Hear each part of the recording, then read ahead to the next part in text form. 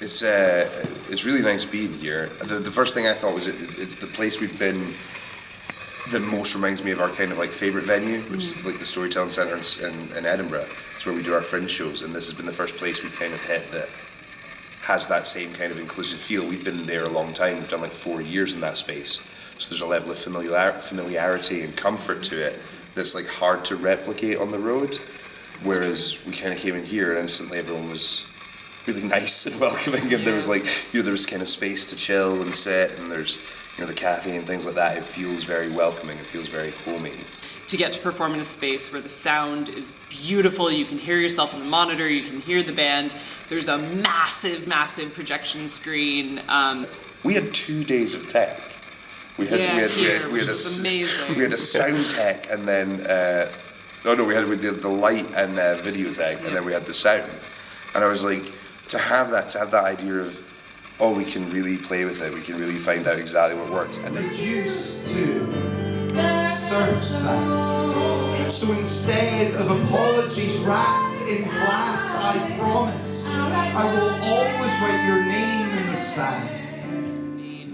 This is an accessible venue, it's ground floor and accessible in terms of those physical requirements, but also accessible in that it is welcoming to people with different learning abilities, people with autism, and I think that that's such a wonderful and important environment to have. I mean, it's one of those things that when we talk about access, in terms of ability access, we had, it's a thing we don't often have a budget to do or the kind of space to do, but one year during our Fringe run, we met an interpreter. She had come to see the show just under her own steam and loved it, and she was like, could I sit in a couple times, watch the show, get a feel for it, and then do BSL interpretation for you one night. And that was incredible, because she then got in touch with Deaf Action that's in Scotland, based in Edinburgh, and some people from that community came along, and there was a woman there who's never heard poetry.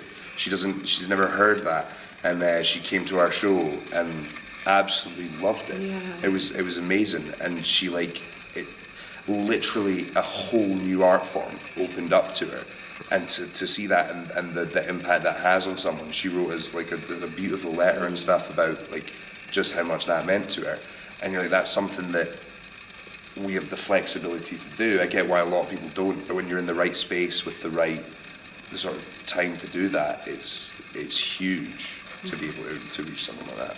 I think spoken word can be such a powerful medium for sharing stories, whether they're your own stories, the stories of friends, stories of strangers, and wondering how you navigate trying to share those stories in a manner which is respectful, which isn't hijacking their narrative. But the most important thing at the root of this is tell the stories that aren't being told, because unless they're being told, we are missing voices, and we can't know the whole story of our humanity when there are so many people who are being silenced. So if you have the privilege of access to a microphone, that is power, and it's power that comes with the responsibility to share, I think. From long nights of staring at mirrors, doing the queasy math of subtracting my mother's features and erasing those I thought were my father's, until I am left with a collection of scars, freckles, lips, and eyes, unsure of what they see anymore. And I construct your face from my fragments like some drunk Picasso stitching together features with 2 weak threads. A lot of my work is confessional, and I have one poem which I perform in this show called Dear, which is a letter, obviously theoretical letter, to my sperm donor. I was conceived by a sperm donation, and I love doing that piece because it's a narrative which is not out there. We don't talk about sperm donation except in comedy films, really. A lot of folks just don't really know anything about it, and so it's quite rare, but it's happened to me, I think, 5 times over the course of the past 4 or 5 years I've been doing that poem, where someone's come up to me and said, either I am donor conceived or I know this person who is, thank you for talking about that, because no one talks about it. And that's why I do that poem, you know, to sort of get it out there and to be like, hey, let's talk about this thing. I have another poem which is a letter to a theoretical daughter that I might have one day, which is all about my experience of being a woman in this age and sort of projecting ahead to a more hopeful future where hopefully she won't have to face some of the challenges that I faced and that my mother faced. And I have another poem called The Expat Speaks to the Refugee, which is about attempting to empathize with someone who has a radically different experience of migration to the one that I had as a very privileged immigrant, and trying to sort of make that connection and have a dialogue with another person who obviously isn't there. It's a one-sided conversation. I'm speaking into the mic at an audience. What we do is we use different mediums to tell a bunch of stories. If you don't follow my poem, that's okay, because you can follow the tone of the band and the music that they're playing.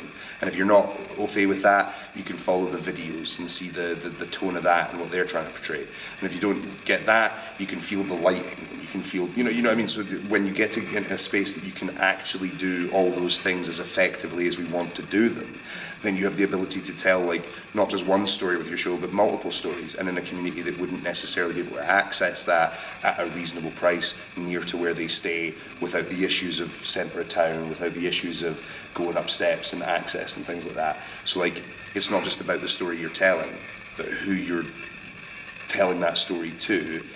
Like, we got to do a workshop here, which is something we absolutely love doing and don't get to do enough of. And for the venue to be the thing really pushing to put that on was super different, because that's normally us trying to scratch and go, can we use the space to do this and that and da.